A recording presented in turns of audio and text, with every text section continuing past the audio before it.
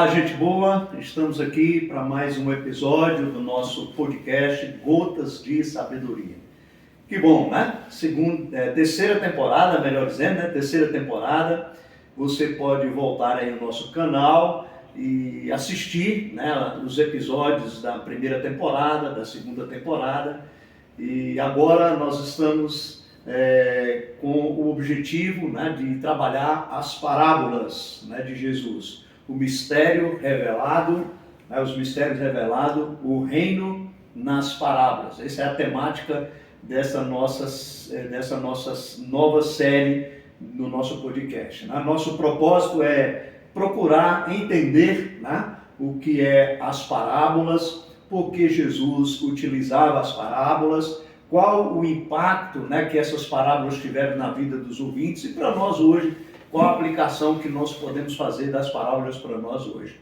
Então, você não assistiu o primeiro episódio, né? Você pode voltar no canal e assistir o primeiro episódio. E hoje nós estamos aqui para o segundo episódio. Mas antes, né, você precisa dar o seu like. Já vai aí, aperte o seu dedinho aí, né? Dê o seu like. Se inscreva no nosso canal se você ainda não é inscrito no canal.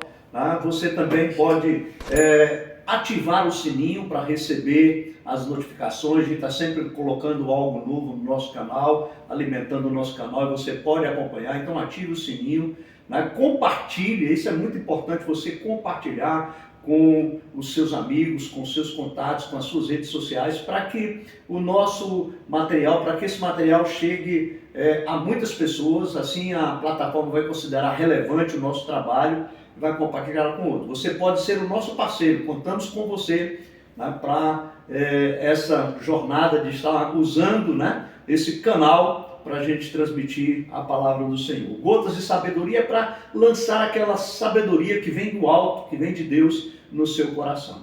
E hoje, para o nosso episódio, nós estamos aqui com a presença do Tiago, do pastor Tiago. É uma alegria muito grande ter o pastor Tiago. Pastor Tiago, seja bem-vindo aqui no nosso podcast. Muito obrigado, pastor.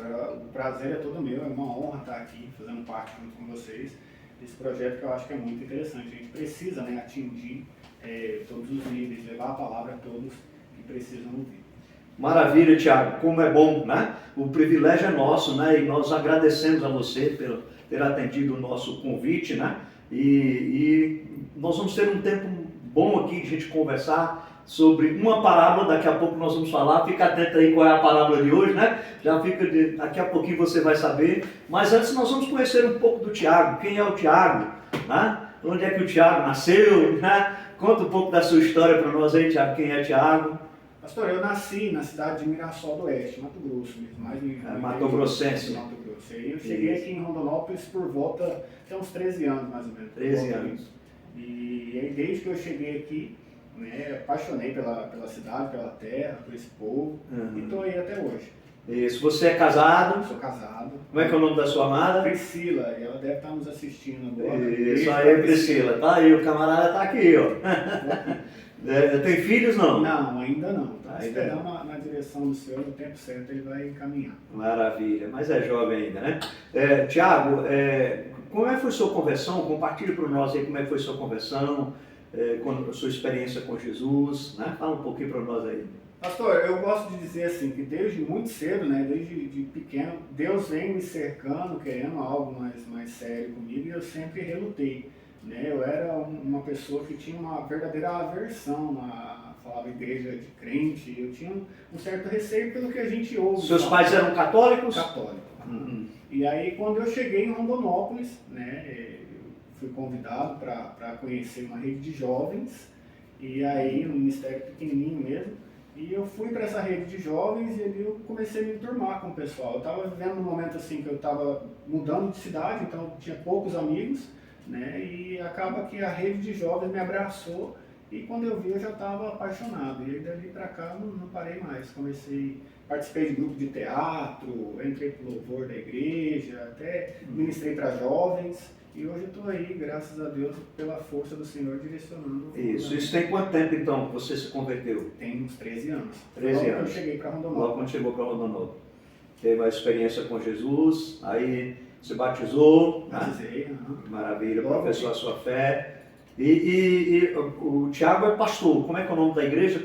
Pastor Tiago? Ministério Salvos pela Cruz. Ministério Salvo pela Cruz. Está aqui em Rondonópolis. Rondonópolis. Isso. Qual é o bairro? Aqui no Cidade Alta, né? Avenida Jacuí ali. É próximo aqui, não é muito longe não. É um bairro vizinho aqui da gente. Né? Exatamente. Então, esse ministério está aí já há quanto tempo? A gente agora em agosto comemora 1 ano, né, do Ministério Salvos pela Cruz. Tá. 1 ano, né? E você já está no pastorado há quanto tempo? Há mais ou menos uns 7 anos, 7 para 8 anos já. Você foi ordenado por esse ministério? Não, a gente foi ordenado por outro ministério. Qual ministério? O nosso ministério era Vivendo em Cristo. Vivendo em Cristo. E aí a nossa pastora veio a falecer, né? E aí a família decidiu não continuar com o serviço. E aí a gente, como igreja, né, os membros da igreja se reuniram, a gente passou um longo período em oração e decidiu fundar o Ministério Salvos pela Cruz. Tá. Então o trabalho nasceu com a sua iniciativa, né? Com o grupo dos irmãos que pertenciam, Isso. Que congregavam com a pastora que faleceu. Isso, e aí hoje a gente sou eu e uma outra pastora, né? A pastora Arminda, até quero mandar um abraço para ela, que direciona esse pessoal. Tá. Que estão conduzindo o trabalho, né? Então, Tiago, é muito bom ter você aí com a gente, né? A gente compartilhar um pouquinho. Quero convidá-lo para nossa reunião de pastores, inclusive no próximo sábado, vai ser aqui no nosso templo, né? A gente tem um grupo de pastores que a gente reúne a cada mês, né? Para a gente orar, para a gente meditar na palavra, para a gente compartilhar. Então, você é convidado para participar da nossa reunião do MAP dos pastores, né? Próximo sábado vai ser aqui na Boas Novas, né? Cada mês é numa igreja, né? Então você é convidado para vir aí. Tiago, então hoje nós vamos juntos, né, conversar um pouco sobre a parábola do trigo e do joio. Perfeito. Uma parábola muito importante, né? Sim. Uma parábola que tem uma mensagem preciosíssima. Então o Tiago vai ler para nós. Tiago, leia então para nós a parábola para a gente conversar, né, aqui nesse momento sobre essa parábola. Amém. A parábola vai estar lá no livro de Mateus, né, no capítulo 13, lá no versículo 24, vai dizer assim: apresentou-lhes outra parábola dizendo: o reino dos céus é semelhante a um homem que semeou boa semente em seu campo. Mas enquanto dormiam os homens, veio o seu inimigo e semeou o joio no meio do trigo, e seguiu o seu caminho. Mas quando o caule cresceu e produziu o fruto, apareceu também o joio. Assim, os servos do dono da casa vieram e disseram a ele: Senhor, tu semeastes boa semente no teu campo? De onde então vem esse joio? E ele lhes respondeu: um inimigo é quem fez isso. E os servos lhe disseram: queres então que vamos e o colhamos? E ele, porém, disse: não, para que ao colher o joio, não arranqueis também o trigo com ele. Deixai-os crescer juntos até a colheita. E no tempo da colheita, eu direi aos ceifeiros: colhei juntos primeiro o joio, e amarrai-o em fardos para ser queimados, mas o trigo recolhei-o no meu celeiro. Maravilha, Tiago. Aí essa parábola linda, né? É uma parábola interessante. Nós já vimos que as parábolas são figuras de linguagem que Jesus usa, né, para ensinar e transmitir as mensagens do reino de Deus. E qual é o contexto, Tiago, dessa parábola aí? Vamos conversar um pouquinho sobre o contexto. Onde é que Jesus estava, o que Jesus estava fazendo quando ele contou esta parábola, né, para os seus ouvintes, para as pessoas, né? E chegando até nós hoje, naturalmente, né? Sim. Aqui Jesus, não só essa, como outras parábolas, né? Muitas parábolas, Jesus estava pregando para a multidão e por onde ele passava a galera se reunia, né? Muitos por curiosidade, alguns querendo conhecer, alguns procurando um motivo para poder apontar Jesus, para questionar os ensinamentos dele, né? Alguns em busca de milagres. E a multidão se reunia e Jesus sempre falava com eles por parábolas. E é interessante, né, Tiago, que esse capítulo 13 é chamado de o capítulo das parábolas, porque tem várias parábolas. Quando Jesus estava ali, né, no mar da Galileia, né, reunidos, ele sempre desenvolveu o ministério ali na Galileia, como você colocou, várias pessoas vinham para ouvir, né, e ele usava as histórias, né, para transmitir as verdades profundas do reino de Deus. Né? Então ele estava ali, né? E é interessante essa questão da agricultura, né? Jesus gostava de usar elementos da agricultura, né? E aqui é a agricultura pura, né? É o plantio do trigo, né? Sim. Aqui na nossa região a gente tem a soja, né? O milho, o algodão, né? Mas lá era o trigo, era muito produzido lá naquela região de Israel, né? A agricultura era algo cotidiano, né? Muito comum na vida deles, né? Sim. E todos conheciam muito bem, né? Jesus não estava falando para pessoas que não conheciam, né? Que conhecia a agricultura, conhecia o plantio, conhecia como é que era a colheita, como é que se dava, né? Então Jesus ele usa esse método maravilhoso para transmitir. Esse é o contexto que ele está ali. E é interessante porque Jesus usou esta parábola, né? Essa parábola, né? E não foi por acaso, né? Que ele usou o trigo e o joio. Né? O que você vê por isso aí? Por que Jesus usou o trigo e o joio? Não foi por acaso aí? Eu acho que ele usou o trigo e o joio para assimilar, né, aquelas pessoas que ouvem e querem viver, que querem seguir a verdade. O trigo são aquelas pessoas que... O joio é aquelas pessoas que não têm compromisso. Né? Aquelas pessoas que querem viver a sua vida da sua própria maneira, do seu próprio jeito, né? Mas que também são passivas, né, do amor de Deus. E é interessante, né, dentro dessa questão de Jesus usar o trigo, né, até porque o trigo era um elemento, né, era um alimento fundamental, né, assim podemos dizer, naquela época, especialmente para Israel, né, o trigo, dali que vem o sustento, que vem o pão, né, vinha o pão, vinha tantas outras coisas que era feito do trigo, né? E era uma planta, né, muito importante, era uma plantação muito importante. Por sua vez, né, o joio era, como você falou, era uma erva daninha, né? Era algo, inclusive, que prejudicava muito os agricultores, né? Os agricultores, né? E a escolha de Jesus ali, ela não foi acidental. Por que ele escolheu o joio? Por que ele escolheu o trigo, né? Sim. Não foi acidental. Sim, misturado no meio daquelas pessoas que queriam ouvir a verdade, né, que tinha muita pessoa que estava procurando uma forma de acusar Jesus, né? Prejudicar, vamos dizer assim, o trabalho que Jesus estava desenvolvendo ali com aquelas pessoas.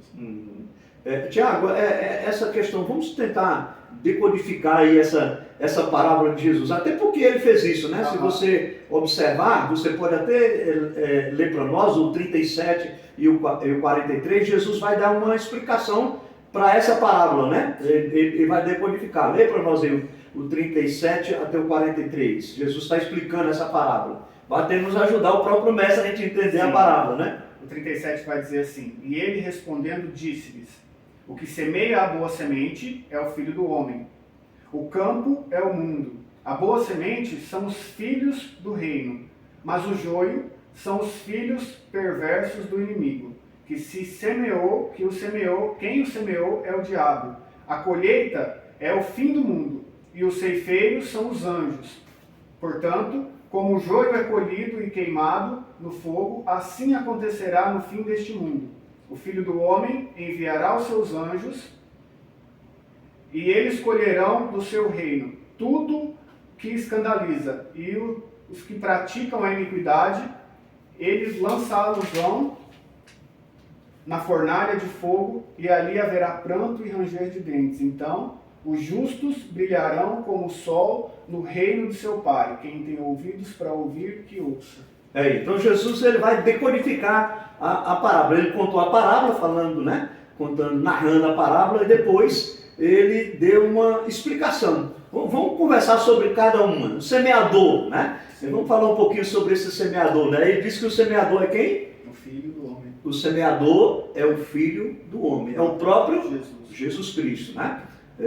Jesus que veio, né, à Terra, né? Ele se identifica como aquele que planta, como aquele que semeia, né? E isso nos leva, né, a lembrar de toda a influência positiva né, da transformação genuína, né, do crescimento espiritual da nossa vida que tem origem em Cristo. Né? Cristo é o semeador, né? Que coisa bonita. Né? Aí ele fala do campo.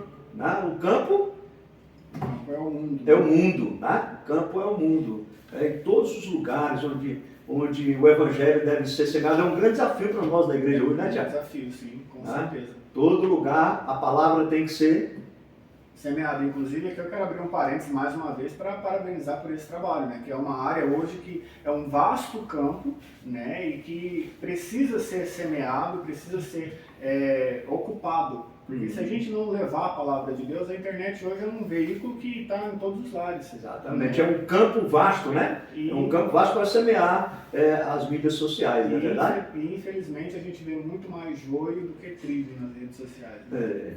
E precisamos, né? Então, aí você que está nos assistindo aí, nos ajude. Quando você compartilha, quando você curte, quando você, né, está acessando os nossos episódios, né, você está ajudando, né, porque a plataforma vai passar para outros. Nos ajude aí a ser semeadores, né? Jesus nos chama a semear. Ele se coloca aqui como semeador, aquele que veio, né, para morrer na cruz do Calvário para nós, para implantar o reino. Ele é que semeia o reino, ele é que inaugurou o reino, né, o semeador. E o campo é todos os lugares, né? Todos os lugares. O mundo não é um cenário apenas neutro, né? Sim. É o campo onde essa batalha está sendo travada, né? Onde essa batalha acontece. Sim.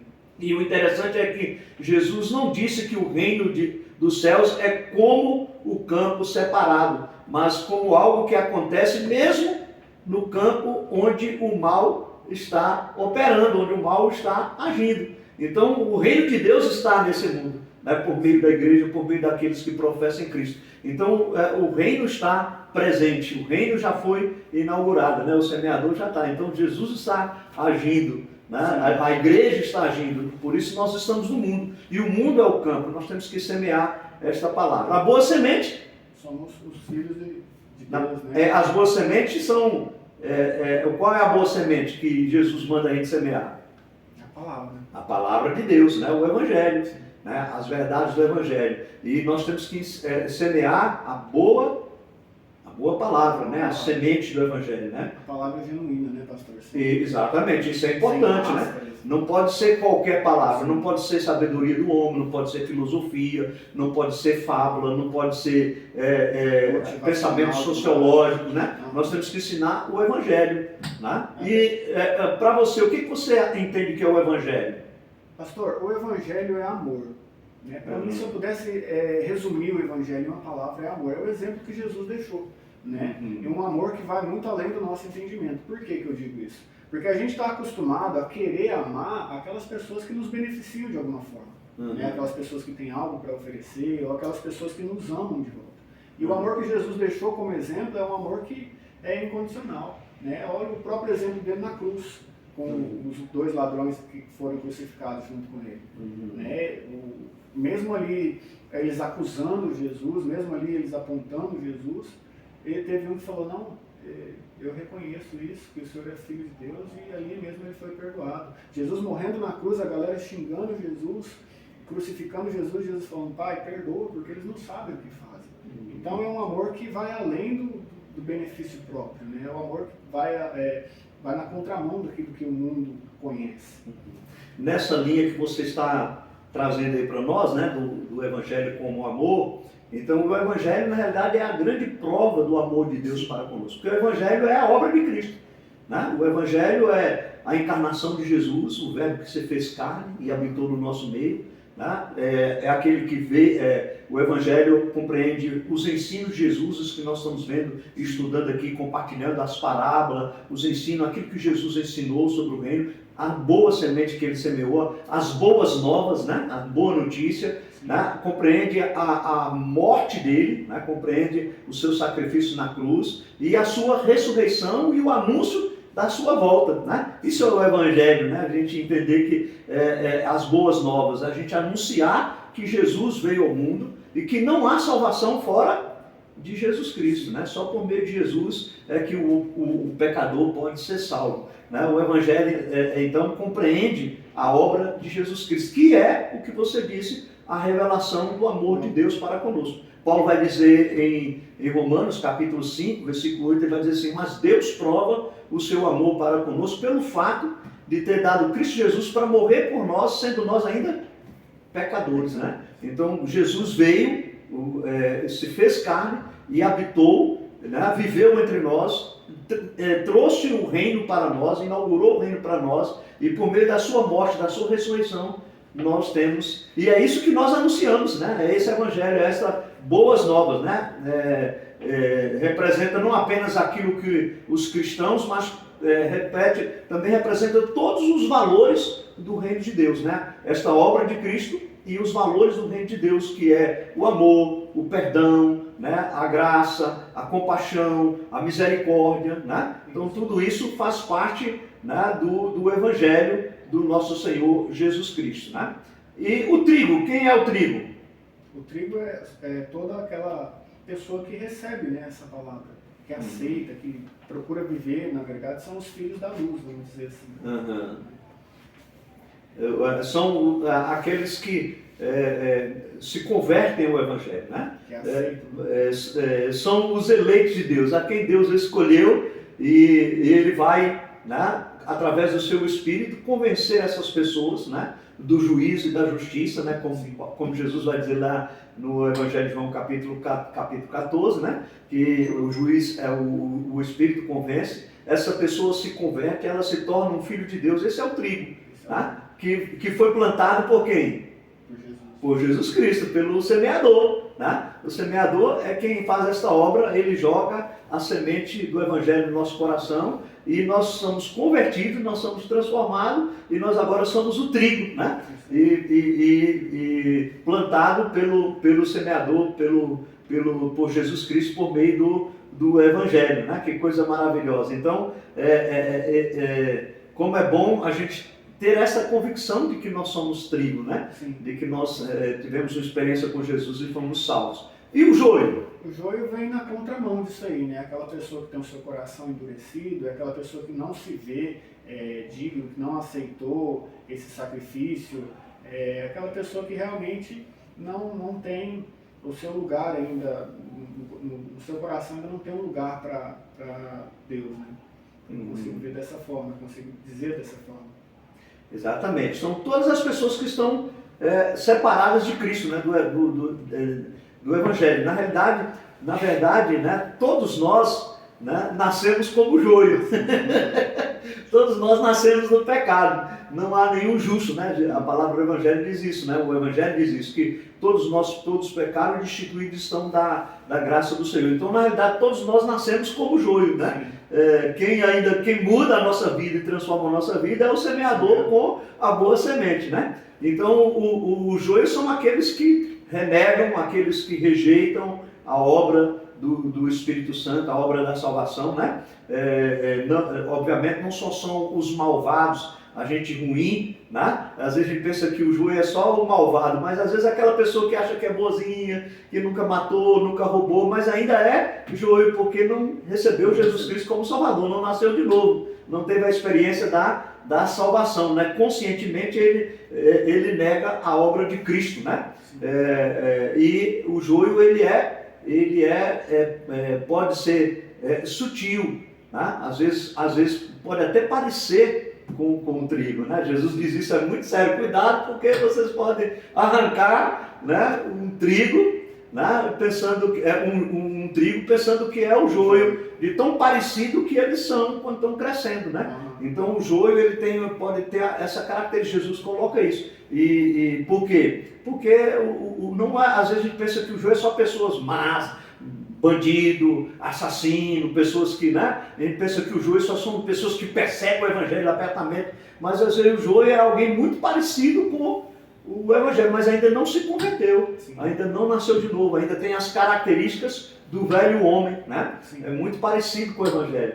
A gente precisa ter esse cuidado, não é verdade? É porque a gente é acostumado a julgar por aquilo que a gente vê. Aí é que está, né? A gente vai ver uma das aplicações dessa parábola, né? A gente julga pela aparência, né? Mas Deus vê o coração do homem, né? Então aí vamos justamente entrar aí agora, Tiago. Você puxou a bola aí, né? E puxou para o linha. Vamos ver quais são as aplicações práticas dessa parábola para nós. O que essa parábola ensina para nós? Vamos ver algumas aplicações. O que você acha que essa parábola, o que Jesus ensina para nós com essa parábola? A principal que eu diria é essa, né? De não fazer julgamentos precipitados.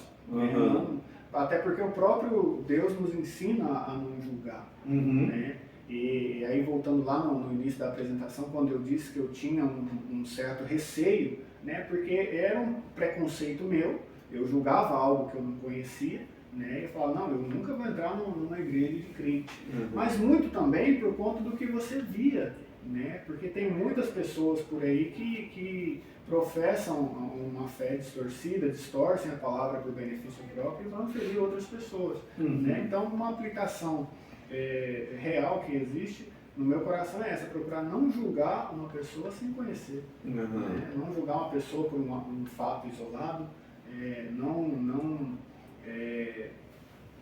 trazer condenação, porque o próprio Jesus nos ensina isso, né? A palavra nos ensina isso. Nós não somos juízes de ninguém, né?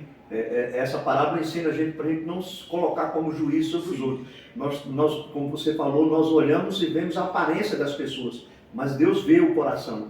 Né? E às vezes uma pessoa que hoje é má, uma pessoa que hoje não tem compromisso com Jesus, uma pessoa hoje que pode até ser como o apóstolo Paulo, era um perseguidor, matava os cristãos, né? Quantos não teria dito, esse é um joio, né? Sim, com certeza. E Jesus, né?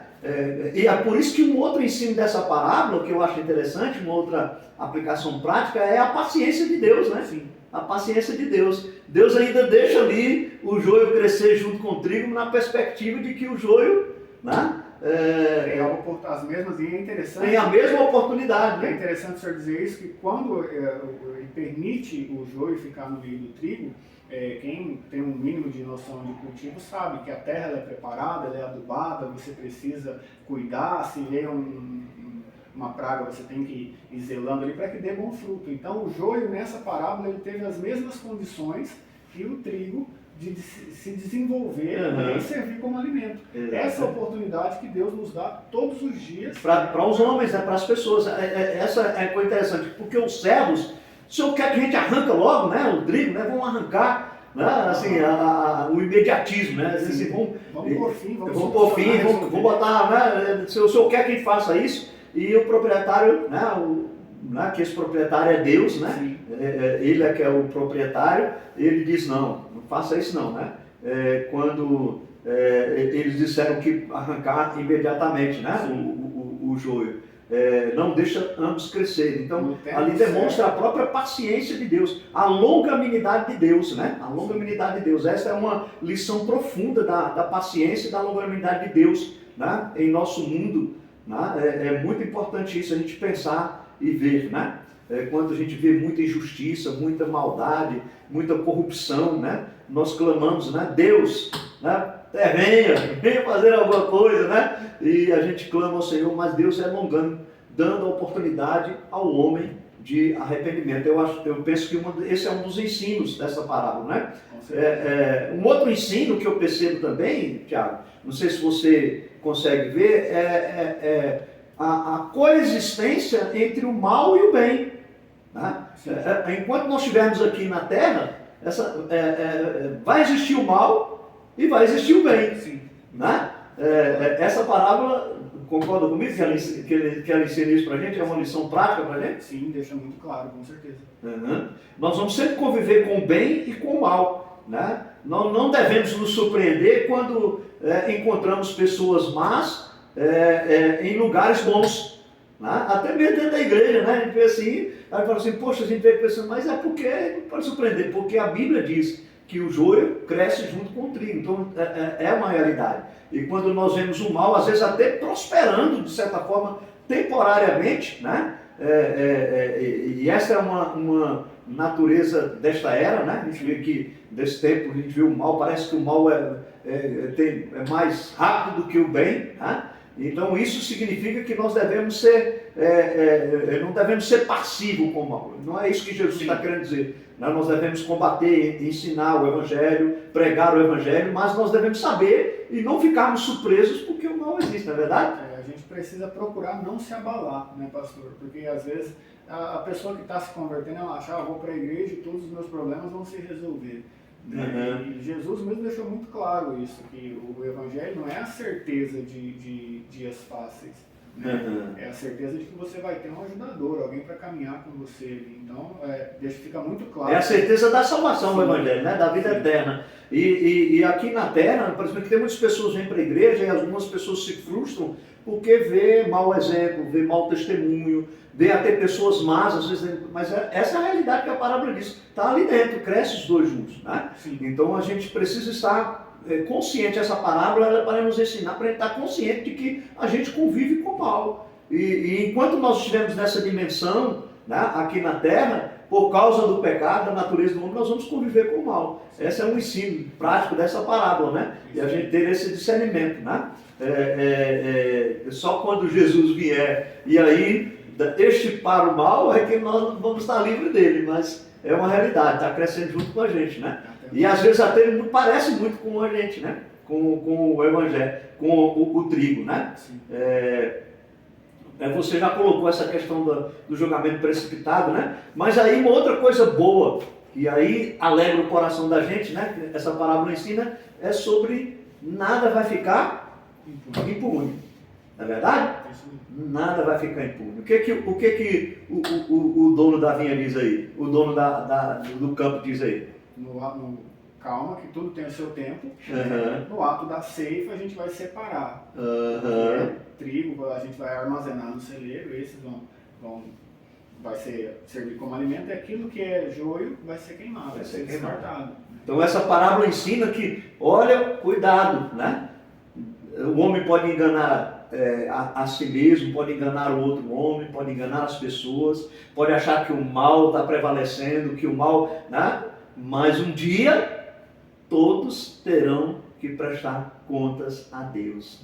É o que essa parábola ensina, né? E naquele dia o dono vai vir e dizer assim, ó, isso aqui eu conheço o coração, esse aqui é joio, né? E esse aqui é trigo, né? O trigo ele vai recolher, né? Ele diz, vai colocar no celeiro, vai colocar na vida eterna com ele, e o joio será, né, queimado, né? Será lançado. Então, é uma coisa que dá tranquilidade para a gente, né, Tiago? Quando a gente vê tanto mal, tanta violência, tanta corrupção, tanta coisa ruim acontecendo nesse mundo, parece que o mal está vencendo, né? Mas essa realidade que a parábola diz, nós estamos vivendo, o trigo não pode deixar de ser trigo, por isso que nós temos que ser trigo e continuar sendo trigo até para influenciar o joio, não deixar que o joio cresça, né? Mas que o trigo fortaleça, mas um dia haverá o juízo final, né? O juízo final. E é justamente essa é uma lição, é a tarefa do joio. Né? Qual é a tarefa do cristão aí, diante desse mundo então, Tiago? A tarefa do cristão é ser trigo em todos os momentos, né? Não deixar ser influenciado pelo joio. E se a gente olha dessa forma que o senhor colocou aí, fica muito mais fácil de você permanecer no seu caminho. Eu não tenho que me preocupar com o que o meu irmão está fazendo, ou se o meu irmão não quer nada por nada, não quer receber. Cara, eu vou ser responsável por aquilo que eu vou praticar. Né? Eu vou ser julgado pelas minhas obras. Então, a igreja ela precisa se pautar nisso, né? Porque às vezes você vê, principalmente eu falo com propriedade porque o nosso ministério é pequeno, e às vezes você vê as pessoas parecem que desanimadas justamente porque elas olham por essa ótica, parece que nada dá certo, parece que o Brasil está de mal a pior porque o governo que está aí, sabe? A gente está acostumado a olhar para o futuro baseando naquilo que a gente está vivendo hoje e esquece de olhar para a palavra, né? Essa passagem que nós temos aqui na Terra ela é passageira, é um breve período se comparado junto com a eternidade que a gente vai passar com Deus, né? Nós aqui somos peregrinos, né? Nós aqui somos forasteiros, né? Aqui não é nossa pátria, né? Tem gente que vive como se fosse viver a vida toda aqui, mas não é. Como se essa fosse a única vida que ele fosse viver. E o salmista disse que é tão curto, né? Há 70, 80, alguns que têm vigor, né? Mas muitos nem chegam, né? Vão na mocidade mesmo, né? E é o que eu ia dizer, né? Hoje, para chegar aos 80 ali com vigor, são poucos. Então a nossa responsabilidade, essa é uma aplicação prática dessa parábola, que nós como trigo, né, nós temos a responsabilidade de produzir bons frutos. Né? O trigo tem que produzir as espigas, né, os cachos, né, de frutos, né, dos frutos do Espírito. Né? Nós não podemos usar, né, a presença do joio como desculpa, né, para a gente crescer e para a gente não produzir. Não pode deixar que o joio impeça a gente de crescer, de produzir fruto. Não podemos deixar que o mundo impeça a gente de praticar a justiça, o amor, a bondade, a longanimidade, a mansidão, o domínio próprio, a paz, né? A gente praticar as coisas que agradecem o Senhor, que engrandecem o Senhor e que glorificam o Senhor. Na verdade, a nossa presença deve ser de influência. Sim, né? Jesus vai usar uma outra figura, né? Que é o seu sal, né? A figura do sal, não é verdade? É verdade. Se o sal for insípido, né, se não servir para salgar, não tem valor nenhum. Né? Então, assim também é o trigo tem que produzir os frutos. Então, essa parábola ela nos desafia nisso, né? A gente deve influenciar. E é interessante, né, que pode ser uma influência silenciosa. Né? O trigo ele não luta, né? Ele não luta contra o trigo. Né? Ele simplesmente cresce e produz frutos. Nós não podemos lutar um contra o outro irmão. Né? E às vezes nossa maior influência não vem, né, controlar diretamente o mal, mas de viver, né, consistentemente o bem. Né? Às vezes a gente não vai conseguir controlar o mal, mas quando nós vivemos corretamente, nós vivemos honestamente, ainda que o que está à nossa volta não seja mudado, nós estamos glorificando a Deus, nós estamos honrando a Deus, nós estamos sendo trigo, estamos florescendo para a glória do Senhor. Né? Essa é importante. O trigo, né, ele não precisa anunciar que ele é trigo. Ele é trigo. Ele não precisa, eu sou trigo. Né? Ele não precisa. Né? Os seus frutos vão dizer. Né? Seus frutos vão dizer se ele é trigo ou não. Né? Por isso que a gente precisa ter o cuidado de não ficar julgando. Né? Isso. É uma coisa que eu sempre gosto de deixar claro, né, no nosso ministério. Você pode dizer que você é qualquer coisa, mas é as suas obras que vão falar por você. Uhum. Se eu precisar chegar e me apresentar como pastor, se eu precisar falar que eu sou pastor, para as pessoas acreditarem que eu sou pastor, eu não estou sendo. Né? As pessoas têm que olhar para mim e ver que há um brilho diferente em mim, que há uma conduta diferente em mim. E aí as pessoas vão me reconhecer como uma autoridade. A partir do momento que você precisa falar ou apresentar a sua credencial, fica muito claro, pelo menos para mim, que algo em você ainda precisa ser mudado. E essa parábola também, Thiago, ela tem uma aplicação prática para nós, para os ouvintes, quem está nos assistindo, né? Que é a questão da vigilância, né? Da vigilância. A gente precisa vigiar, né? Prestar atenção na nossa conduta. A parábola ela menciona que o inimigo, né, ele semeou o joio. Tá? Então a gente precisa ter muito cuidado na nossa vida cristã para não deixar que o inimigo semeie joio na nossa vida, né? Sim. O semear joio, né? Ficar com as influências dele para tentar impedir a gente de crescer espiritualmente, da gente viver o Evangelho, né? E é interessante que o texto diz que enquanto os trabalhadores dormiam, depois deles fazerem o papel deles, desempenhar o papel deles, eles pararam para descansar. Para descansar, para dormir, mas o inimigo não para, né? O inimigo está trabalhando o tempo todo. E enquanto os trabalhadores dormiam, né, o inimigo foi lá e jogou a semente. Né? Então isso aqui é uma aplicação para nós como crentes, que nós não podemos vacilar, nós não podemos cochilar. Né? Eu costumo dizer que o diabo não tira férias, né? O adversário não tira férias, que eu já vi alguns crentes dizer, vou dar umas férias aí para o Evangelho, vou dar um tempo, vou ficar no meu cuidado, isso é perigoso. Né? Porque enquanto você dá o tempo, enquanto você descuida, o inimigo chega e semeia na sua mente, no seu coração, o joio. Né? Então essa parábola ela ensina a gente que precisa ter o cuidado de vigiar, de estar atento nela, né? Isso mesmo. Vigiar, atento na nossa vida espiritual. Isso não significa que nós devemos ter paranoia de consciência, né? Mas nós precisamos estar alerta, atento. Olha, o inimigo ele pode, então eu vou estar atento, vigiar. Jesus diz isso, né? Vigiar e orai. Né? Para que a gente não caia em tentação. Né? E como é que nós podemos aplicar essa palavra nas nossas famílias, na nossa casa? Né? Como é que nós podemos aplicar essa palavra? Pastor, eu vou usar a minha família como exemplo. Na minha família tem muito joio e tem muito trigo. Né? Tem aquelas pessoas que são convertidas, que procuram fazer o bem, que procuram viver a segunda palavra, e tem aquelas pessoas que... Né? E é uma guerra constante, né? É um atrito constante. Né? Tem N situações em que eu e minha esposa, a gente sempre conversa muito, né? Quando a gente chega em casa depois de um encontro de família, assim, como fica nítido. Até para você conversar com uma pessoa que não professa a mesma fé que você, você sente aquela pessoa de uma forma diferente, né? Então, nas famílias a gente precisa também aprender a conviver e a respeitar, porque é uma coisa que a gente determinou lá em casa, né? A gente ora pela nossa família, a gente abençoa a nossa família em tudo, e a gente entende que a gente, como trigo, tem o peso e a responsabilidade de ser trigo e dar frutos dentro da nossa casa, né? Porque a nossa primeira igreja é a nossa casa, é a nossa família, né? E então a gente sempre procura ter o máximo de cuidado, principalmente quando a gente está junto dos nossos, porque são as pessoas que conhecem a gente na íntegra, que sabem de onde a gente veio, né? E muitas vezes as pessoas procuram te julgar sempre pelo que você era e não levam em consideração aquela pessoa que você tem se tornado. É interessante, né, Tiago? Porque na família a gente tem pessoas boas e pessoas ruins. A gente tem parentes, né, irmãos, tios. Toda a família tem. A gente tem pessoas que amam a Deus e pessoas que não amam a Deus, pessoas que escolhem fazer o bem e pessoas que escolhem fazer o mal. Né? Então, aí é que vem a palavra ensina a gente, né? Que nós devemos ter paciência. Né?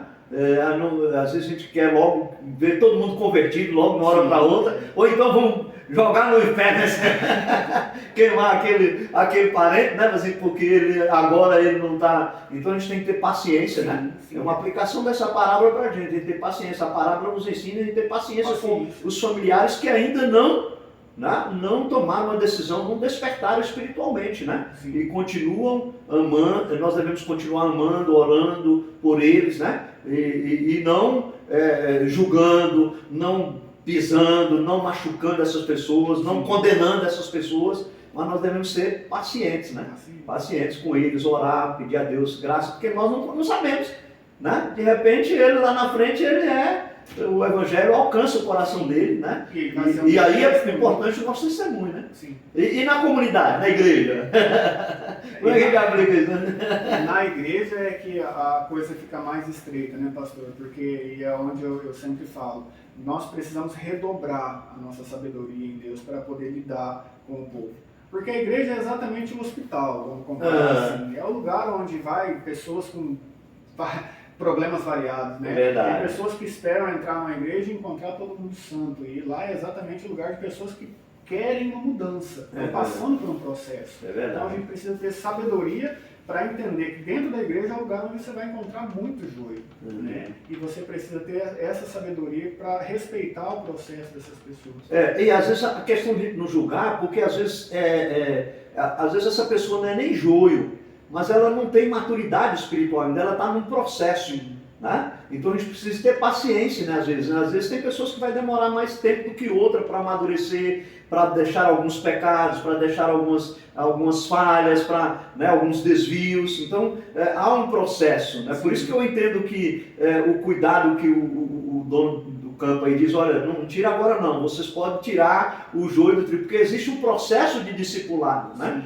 Então, mas existe aqueles que de fato são deliberadamente, vêm para a igreja por interesses pessoais, vêm por qualquer outra coisa, menos de uma conversão, né? E vão continuar a vida toda assim, mas existem muitas pessoas na igreja que ainda não são maduros na fé. Né? Paulo diz, eu não posso falar com vocês dando feijoada, eu tenho que dar vocês leitinho ainda, né? Porque vocês não estão preparados para comer coisa, porque ainda... E aí, quando ele escreve a Coríntios, dentro da igreja tinha muitos problemas, muitas dificuldades, né? Então, uma aplicação dessa parábola é que a gente precisa ter paciência na igreja, né? Precisa ter cuidado, não pode deixar de aplicar a disciplina, né? A disciplina tem que ser aplicada mesmo. Por isso que a disciplina ela não visa excluir um membro, destruir um membro, acabar com o membro. A disciplina visa o tratamento, visa a levar aquela pessoa ao arrependimento e à mudança. Disciplina, eu costumo dizer, né? Eu costumo dizer que para mim eu tenho mais prazer, mais alegria em fazer um ofício fúnebre do que disciplinar um membro de igreja, né?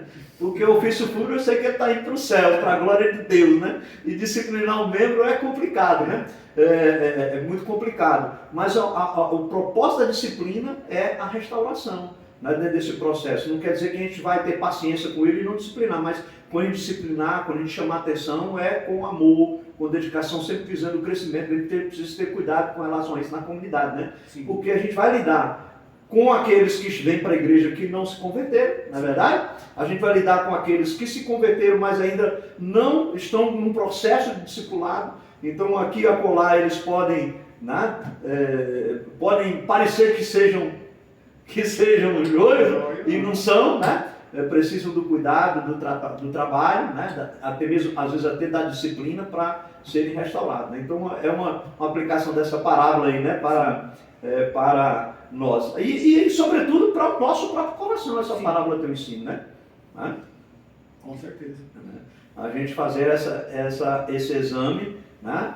Dentro do nosso coração, porque porque às vezes dentro de nós mesmos eu sou trigo, mas eu posso dar lugar do joio crescer. Na verdade? Uma coisa que eu sempre... Por isso que a aplicação que a gente viu aí começou da vigilância, né? Uhum. Para não deixar que o joio cresça, né? Sim. E uma coisa que eu sempre gosto de dizer e trago para mim como uma verdade é que o Evangelho ele não precisa de advogado. Deus ele não precisa de um advogado. Uhum. Ele é quem ele é por si só. Né? Ele pede que nós sejamos testemunhas. Né? O meu exemplo vai falar sobre o Evangelho, vai mostrar o Evangelho para o mundo. Né? Os meus frutos como trigo vai servir para alimentar aquela pessoa que está fraca na sua fé, que está fraca no seu caminhar, e aí ela vai se fortalecer. Então nós somos chamados para dar testemunho. Aí volta naquilo, né? Não adianta eu querer impor à minha família que eles professem a mesma fé que eu tenho hoje. Uhum. Eles têm o processo e o tempo deles. O meu papel é ser trigo. É continuar na verdade para que eles olhem um dia e falem, não, eu vou servir esse caminho porque eu olhava para o Tiago lá atrás e hoje eu olho para o Tiago e eu consigo ver que a fé que ele professa mudou a vida dele. Hoje o Tiago é uma outra pessoa. Né? Uhum. Então o Evangelho é muito mais sobre você ser do que você dizer. Exatamente. A essência é mais importante, né? A gente ser verdadeiramente comprometidos com o reino de Deus. E é interessante essa questão, Tiago, a gente está caminhando já para o final do nosso bate-papo, a gente nessa questão da aplicação da parábola, né? Quando o Senhor ele é paciente e ele nos pede para a gente ter paciência, né? Com relação ao trigo, né? Com relação ao joio, né? Porque na realidade nós convivemos com essa pluralidade, né? Com essa pluralidade. E enquanto tem a pluralidade e a tolerância, a parábola ela sugere que há diferentes tipos de pessoas, né? Que coexistem no mesmo tempo, no mesmo espaço, que são boas e que são ruins, né? Mas isso não significa que há um relativismo moral, né? Um relativismo moral. Há uma diferença entre o trigo e o joio, isso tem que ficar claro, né? Na nossa vida. Por isso nós temos que viver como trigo, né? Como trigo, né? Isso significa que nós não devemos aceitar a realidade de uma sociedade diversa, né? Nós podemos aceitar, saber que ela tem a diversidade, tem pessoas salvas, não salvas, tem pessoas boas, pessoas ruins, né? Mas nós devemos ser uma influência positiva nessa sociedade que é plural, né? Ela tem gente boa e tem gente ruim, né? E é interessante também aqui a questão da justiça social. Embora Jesus está dizendo aí que o julgamento vem lá no final, né? Ele vai dizer no final ele vai recolher o que não presta, isso não quer dizer também que a gente não tem que lutar por justiça aqui na terra, né? Para a prática do bem e da justiça. Nós podemos e devemos nos posicionar contra toda injustiça, nós devemos proteger os vulneráveis, nós devemos procurar o bem comum, nós devemos lutar pelaquilo que é justo, pelaquilo que é reto. Não quer dizer, então vai ser lá no final, vamos deixar o ímpio fazer o que ele quer, não é? Não é assim que não é isso também que a parábola está querendo ensinar para a gente, né? Nós podemos e devemos lutar. A diferença é que nós fazemos isso sem arrogância. Nós não fazemos com ódio, nós não podemos fazer isso com violência, nós não fazemos isso com guerra, nós devemos fazer isso com a força do Evangelho e do testemunho do ser e da essência que você colocou. Não é verdade? Da essência que você colocou, né? E é interessante essa questão aí, que a gente pode também ver a questão da política e da cidadania aí. Né? E hoje, em tempo de polarização que nós estamos vivendo política, né? Muito sério, tem causado muita dor, muito sofrimento, você tem famílias por questão dessa polarização política, né? Essa parábola nos ensina um equilíbrio, né? Um equilíbrio. Nós podemos ter convicções fortes, eu posso ter convicções dos meus valores, dos meus princípios, defender meus valores, meus princípios, mas sempre com humildade, né? Reconhecendo que nem sempre, né, nós enxergamos claramente todas as coisas.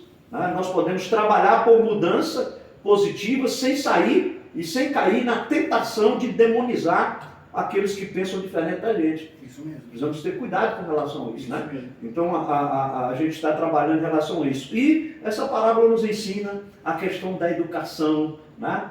Da formação, porque essa questão de esperar é um tempo de, através do ensino, através do discipulado, né? Nós vamos crescendo e amadurecendo e por meio do Evangelho. Coisa bonita essa parábola, né, Tiago?